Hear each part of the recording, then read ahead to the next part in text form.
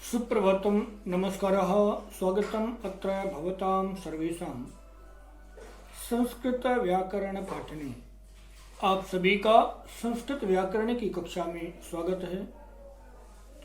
पिछली कक्षाओं में हम लोग संस्कृत व्याकरण के अंदर कारक तक पहुंचे थे, जिसमें हम कर्ता और कर्म कारक पढ़ चुके थे। आज हम लोग बात करने वाले हैं करण कारक को लेकर के। करण कारक अंग्रेजी में कहें तो इंस्ट्रूमेंटल केस। करण यानी इंस्ट्रूमेंटल केस, नाम से ही स्पष्ट है। इंस्ट्रूमेंट यानी औजार। तात्पर्य यह कि कर्ता क्रिया की पूर्ति में जिन वस्तुओं अथवा जिन व्यक्तियों का औजार के रूप में प्रयोग करता है, ऐसे वस्तु अथवा व्यक्ति करण कहलाते हैं या इंस्ट्रूमेंट कहलाते हैं। संस्कृत में सूत्र कहता है सहयोगी करणम। सहयोगी करणम अर्थात क्रिया की पूर्ति में जो भी कर्ता का सहयोगी होगा वह करण कहलाएगा।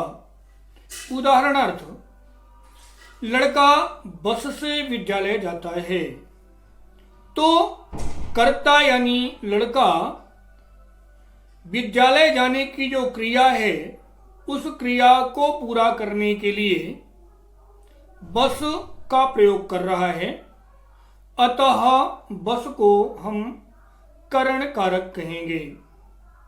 अब करण कारक को और बारीकी से समझने के लिए हम लोग स्क्रीन की तरफ चलते हैं। स्क्रीन के माध्यम से हम करण कारक को समझेंगे और साथ में करण कारक को प्रयोग हमको किस प्रकार से करना है, कैसे हम करण कारक यानी सहयोगी करणम या इंस्ट्रूमेंटल केस का प्रयोग करके संस्कृत के वाक्य बनाने हैं, और साथ में वहाँ पर हमें विभक्ति में कौन सी विभक्ति का प्रयोग करना है, किस प्रकार के प्रत्ययों का प्रयोग करना है। चलते हैं हम लोग स्क्रीन की तरफ।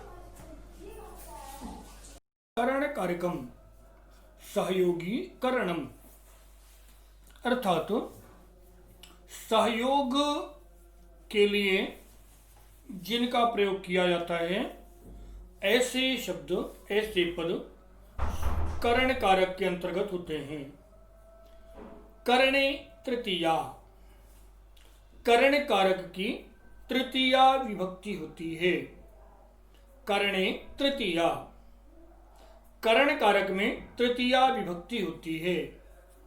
प्रत्ययाः यानी करण कारक यानी तृतीया विभक्ति के रूप बनाने के लिए हम पुल्लिंग और स्त्रीलिंग या नपुंसक लिंग में कौन से शब्द जोड़ते हैं, कौन से प्रत्यय जोड़ते हैं। तो पुल्लिंग और नपुंसक लिंग में अकारांत शब्दों में, यानी ऐसे शब्द जिनका अंत अ की मात्रा के साथ में होता है, ऐसे शब्द अकारांत शब्द होते हैं। तो अकारांत शब्द में एन आभ्याम ऐहि, पुल्लिंग में भी और नपुंसक लिंग में भी। जैसे फल तो फलेन फलाभ्याम फलैः, बालक बालकेन बालकाभ्याम बालकैः, युवक युवकेन युवकाभ्याम युवकैः, वाहन वाहनेन वाहनाभ्याम वाहनैः। तो पुल्लिंग और नपुंसक लिंग में हम एन आभ्याम ऐहि एक वचन, द्विवचन और बहुवचन में प्रयोग करते हैं। जब स्त्रीलिंग की बात आती है तो स्त्रीलिंग में अया आभ्याम आभिहि, अया आभ्याम आभिहि, अर्थात यदि हमको बालिका का रूप बनाने हैं तो बालिकया बालिकाभ्याम बालिकाभिः, पुस्तिका पुस्तिकया पुस्तिकाभ्यां पुस्तिकाभिः, लेखिका तो लेखिकया लेखिकाभ्यां लेखिकाभिः। इसी प्रकार से अन्य पुल्लिंग और स्त्रीलिंग शब्दों के हम रूप बना सकते हैं तृतीया विभक्ति में। प्रयोग कैसे करना है? तो कहता है बालकः वाहनेन गच्छति, बालकः वाहनेन गच्छति। अब यहां पर वाहनेन यानी एन तृतीया विभक्ति लग गया। इसका अर्थ हुआ कि यहां पर वाहन जो है तो इंस्ट्रूमेंट के रूप में प्रयोग है। अर्थ होगा बालक वाहन से जाता है। बालकः वाहनेन गच्छति। अहं लेखन्या लिखामि, अहं लेखन्या लिखामि। मैं लेखनी से लिखता हूं। अहं लेखन्या लिखामि। इसी प्रकार से माता पुत्रेण सह गच्छति। लवणेन बिना भोजनं न रोचते, ज्ञानेन हीनः छात्रः न शोभते। तो एन आभ्याम ऐहि का प्रयोग करके हम वाक्यों के अनुवाद संस्कृत भाषा में कर सकते हैं। जैसे हमें कहना है लड़का वाहन से जाता है तो बालकः वाहनेन गच्छति। वृद्ध डंडे से चलता है यानी डंडे के सहारे चलता है तो वृद्धः दंडेन चलति।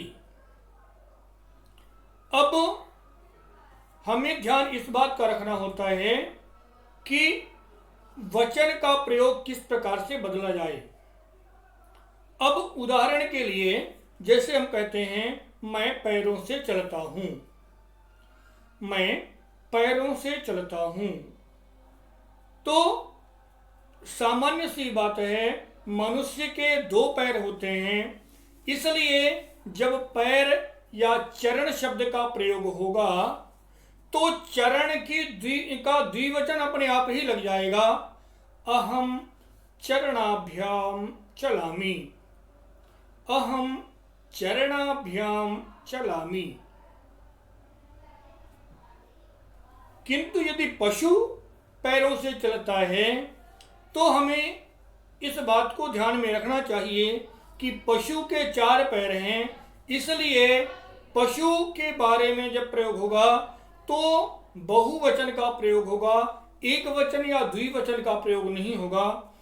पशुः चरणैः चलति, पशुः चरणैः चलति। इस प्रकार से वाक्य में हम प्रयोग करते हैं। अब हम थोड़ा सा और आगे बढ़ करके और करण कारक के कुछ और उदाहरण को समझते हैं। तो इस प्रकार से हम प्रयोग करते हैं करण कारक का। एन आभ्याम ऐहि बालकेन बालकाभ्याम बालकैः, युवकेन युवकाभ्याम युवकैः। सुधाखंड यानी चाक तो सुधाखंडेन सुधाखंडाभ्याम सुधाखंडैः। अब हमें संस्कृत के शब्दकोश की आवश्यकता होती है। शब्दकोश यदि हमारे पास नहीं है तो हमें निश्चित ही वाक्य रचना में समस्याएं थोड़ी सी आती हैं। अतः शब्दकोश को थोड़ा सा हमें ध्यान रखना होता है। शेष हमारे पास इतने में पूरा अनुवाद बन जाता है या हमें इतना थोड़ा सा समझने में हमें संस्कृत में अनुवाद करना आसानी से आ जाता है। जैसे अब हमें कहना है शिक्षक चौक से लिखते हैं। कर्ता के रूप में शिक्षक हैं। हम जानते हैं कर्ता की प्रथमा विभक्ति है और प्रथमा विभक्ति में हमको पुल्लिंग में अह औ आह लगाना है, स्त्रीलिंग में आ ए आह लगाना है, नपुंसक लिंग में ए आनी लगाना है।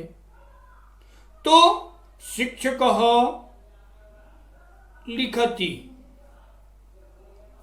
शिक्षक लिखता है, इतना हो गया। अब चाक को संस्कृत में क्या कहते हैं इसकी जानकारी हमें होना चाहिए। तो चाक को संस्कृत में कहते हैं सुधाखंड। अब सुधाखंड की तृतीया विभक्ति लगाएंगे तो हमारा वाक्य बनेगा शिक्षकः सुधाखंडेन लिखति, शिक्षकः सुधाखंडेन लिखति। इसी प्रकार से हम एक दूसरा उदाहरण लेते हैं। वृद्ध चश्मा से देखता है, वृद्ध चश्मा से देखता है। कौन देखता है? तो वृद्ध देखता है। वृद्ध कर्ता हुआ और कर्ता की प्रथमा विभक्ति हुई, इसलिए कर्ता की प्रथमा विभक्ति यानी वृद्धः। चश्मा यानी उपनेत्रम, तो उपनेत्रम की तृतीया विभक्ति लगाएंगे, बनेगा उपनेत्रेण। वृद्धः उपनेत्रेण पश्यति, वाक्य बन गया वृद्धः उपनेत्रेण पश्यति। इसी प्रकार से हम दूसरे वाक्यों का प्रयोग आसानी से कर सकते हैं। मैं समझता हूं कि आपको तृतीया विभक्ति का प्रयोग करना अब तक आ चुका होगा। थोड़ा सा हमें अभ्यास की आवश्यकता होती है। हाँ, यदि आपके पास शब्दकोश नहीं है तो कुछ शब्दकोश आपको कमेंट बॉक्स में दिए जा सकते हैं। यदि आप लोग उसका प्रश्न पूछते हैं तो यदि आपको समझ में कोई बात नहीं है, किसी शब्द को संस्कृत में क्या कहते हैं, वैसे आजकल तो डिक्शनरी कहीं भी उपलब्ध हो जाती हैं, तो फिर भी यदि हमारे पास शब्दकोश की समस्या है तो वह शब्दकोश आप संस्कृत भारती प्रकाशन में हिंदी संस्कृत शब्दकोश या संस्कृत हिंदी शब्दकोश आपको आसानी से मिल जाता है। आपके यहाँ लगभग संस्कृत भारती के हमारे कार्यकर्ता पूरे भारत में ही हैं, तो यदि आपको संस्कृत हिंदी शब्दकोश की आवश्यकता पड़ती है तो आप अपने स्थानीय कार्यकर्ता से संपर्क करके और उससे शब्दकोश मंगवा सकते हैं या शब्दकोश ले सकते हैं। सामान्यतः कुछ शब्द यदि आपको समझ में नहीं आ रहे तो आप कमेंट बॉक्स में नीचे लिख करके पूछ सकते हैं कि इस शब्द को संस्कृत में क्या कहते हैं, उसका उत्तर हम आपको अवश्य देंगे। अब हम लोग आगे बढ़ते हुए करण कारक के यानी तृतीया विभक्ति के उपपद की बात करेंगे। तृतीया विभक्ति के कुछ उपपद मैंने कर्म के भी बताए थे, यानी द्वितीया विभक्ति के भी उपपद बताए थे। अब तृतीया विभक्ति के कौन कौन से उपपद होते हैं, उनका प्रयोग कैसे करना है, इस बारे में हम लोग आगे बढ़ते हैं। तो सबसे पहले इस वीडियो में हम समझेंगे तृतीया विभक्ति के उपपद कौन कौन से हैं, और उसके बाद क्योंकि वीडियो थोड़ा सा बड़ा हो जाएगा इसलिए हम उससे अगले भाग के वीडियो में किस उपपद का प्रयोग कैसे करना है, किस प्रकार से हमें उपपद का प्रयोग करके वाक्य बनाना है, इस बारे में हम लोग आगे बढ़ेंगे। तो एक बार फिर से चलते हैं स्क्रीन की तरफ करण कारक के उपपदों को जानने के लिए। कार्यक्रम उपपदाः, करण कारक के उपपद।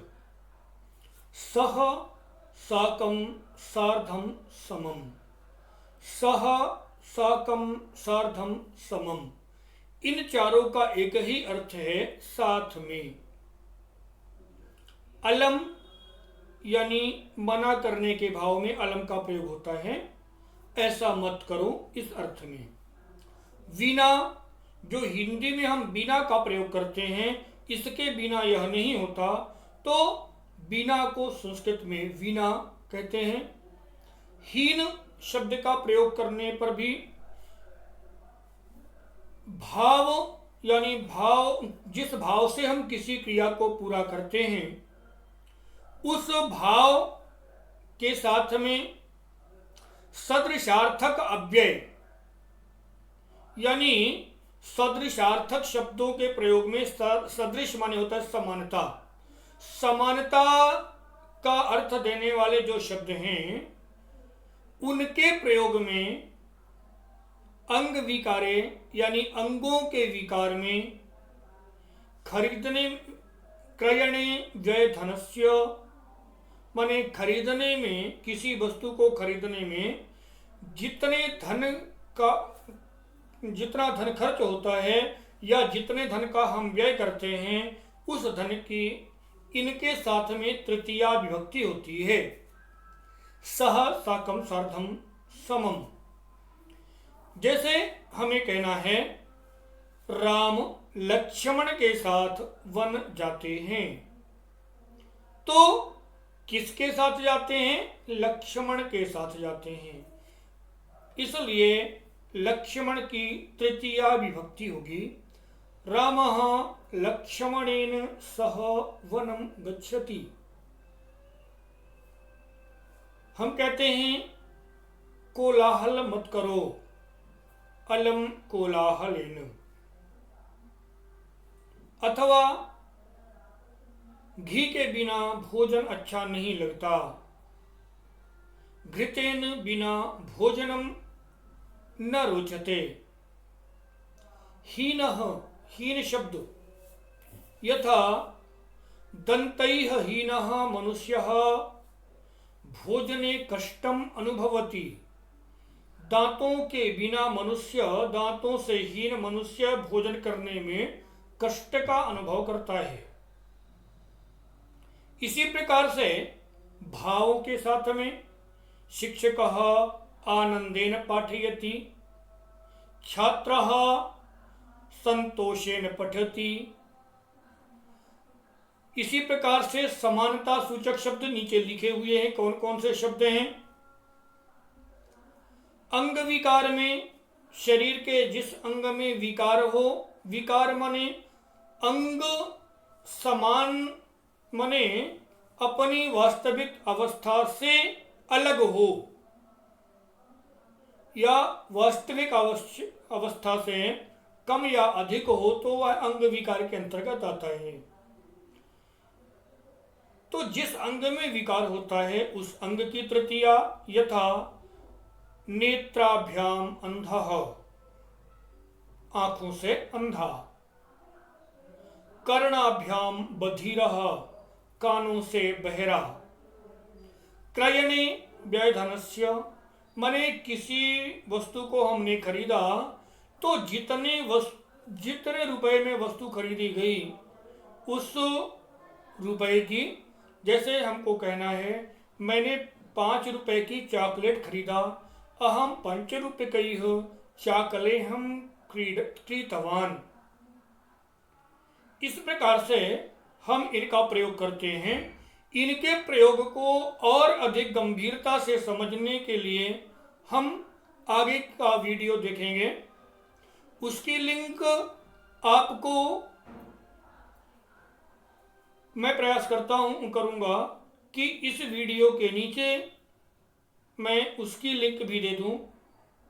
यद्यपि सामान्य सी बात है कि अगला वीडियो इस वीडियो के बाद ही बनेगा, इसलिए अगले वीडियो की लिंक इस वीडियो में डालना थोड़ा सा लेट ही पड़ेगा। तब तक इससे पहले अगर हम इस को चाहते हैं तो आप चैनल को सब्सक्राइब करके और बेल आइकॉन का बटन दबाएंगे तो आपको जैसे ही यहां से वीडियो अपलोड होगा आपके पास पहुंच जाएगा। मुझे लगता है कि यहां से अब आप संस्कृत में धीरे से प्रवेश कर चुके होंगे। अब हम इसके बाद थोड़े से और कठिन वाक्यों की तरफ आगे बढ़ेंगे। सरलात कठिनम प्रति, जैसे जैसे हम आगे बढ़ेंगे हम थोड़ा सा गंभीरता की ओर घुसते जाएंगे। पर आपको वीडियो देखने के बाद यदि आप प्रारंभ से इन वीडियो को देखते हैं तो आशा ही नहीं पूर्ण विश्वास है कि आपको कहीं कठिनाई का अनुभव नहीं होगा। यदि कहीं कठिनाई का अनुभव होता है तो वीडियो के नीचे आप कमेंट बॉक्स में डाल जा करके और कमेंट करके अपनी कठिनाई का समाधान कर सकते हैं। तब तक के लिए धन्यवाद। मैं एक बार फिर से कहूँगा, चैनल को सब्सक्राइब कर लें और अपने मित्रों को भेजें, क्योंकि संस्कृत केवल मेरी भाषा नहीं, संस्कृत आप सबकी भाषा है और संस्कृत का प्रचार करना, संस्कृत का प्रसार करना, संस्कृत को विकास करना मेरे साथ साथ आप सबका दायित्व है। और इसलिए हम अपने मित्रों से ये आग्रह करें कि वह इन वीडियो को देखें और देख करके अपने मित्रों को भी भेजें, क्योंकि हम कक्षा में कई बार नहीं आ पाते। कई बार हम 10वीं तक संस्कृत पढ़ने के बाद, 8वीं तक संस्कृत पढ़ने के बाद छूट जाती है हमारी। अब हमें संस्कृत पढ़ने का सुनहरा अवसर मिला है, तो इन वीडियो के माध्यम से आप सोते समय देख सकते हैं, जागते समय देख सकते हैं, कभी भी आप खोल करके इन वीडियो को देख सकते हैं। तो बने रहिए हमारे साथ में। अब यहीं से आपको धन्यवाद। वदतु संस्कृतम जयतु भारतम। कर्ण कारक के उपपद हम अगली वीडियो में देखेंगे।